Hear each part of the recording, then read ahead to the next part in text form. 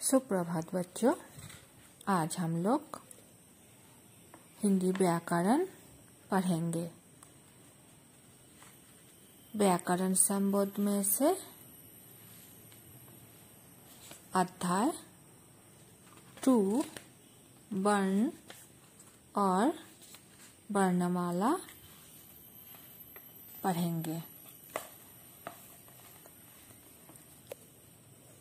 ए जी, ओ जी, लो जी, सुनो जी, औ आ ई या ओ कहो जी। का से शुरू और स्र पर खत्म वर्णों के होते हैं दो ही रतन, एक होता स्वर और दूजा व्यंजन। बच्चों, पार्ट 2 पृष्ठ नंबर 13 में ऊपर ये सब लिखा है, ये पढ़ना। और अब हम जानेंगे वर्ण। हम जब भी कुछ बोलते हैं तो हमारे मुंह से क्या निकलती है पता है? हम जब भी कुछ बोलते हैं तब हमारे मुंह से ध्वनियां निकलती है और प्रत्येक ध्वनि को लिखने के लिए हम एक निश्चित चिन्ह का प्रयोग करते हैं और इन्हीं चिन्हों को क्या कहते हैं?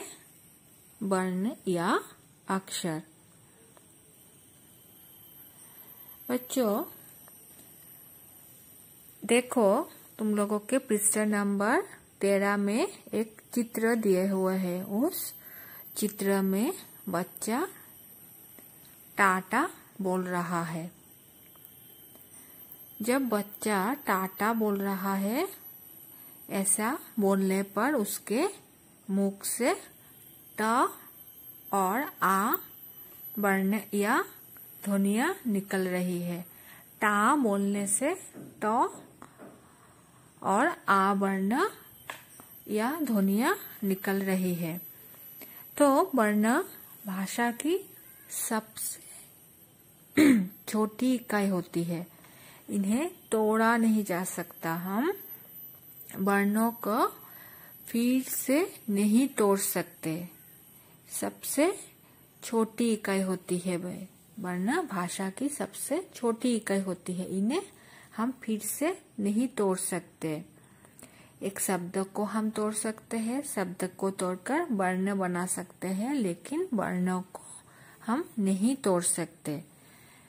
तो अब हम क्या कह सकते हैं? वर्ण किसे कहते हैं? वर्ण भाषा की सबसे छोटी इकाई होती है, जिन्हें हम नहीं तोड़ सकते या जिन्हें तोड़ा नहीं जा सकता है। उसके बाद हम पढ़ेंगे वर्णमाला। माला तो सबको पता है। कुछ फूलों को एक साथ जोड़ने से क्या बनता है? माला बनता है। ऐसे ही वर्णों को एक साथ जोड़ने से वर्णमाला बनता है। जब वर्णों के समूहों को एक निश्चित क्रम में लिखा जाता है तो उसे वर्णमाला कहते हैं। वर्णों के समूहों को जब हम एक निश्चित क्रम में लिखते हैं तब उसे कहते हैं वर्णमाला।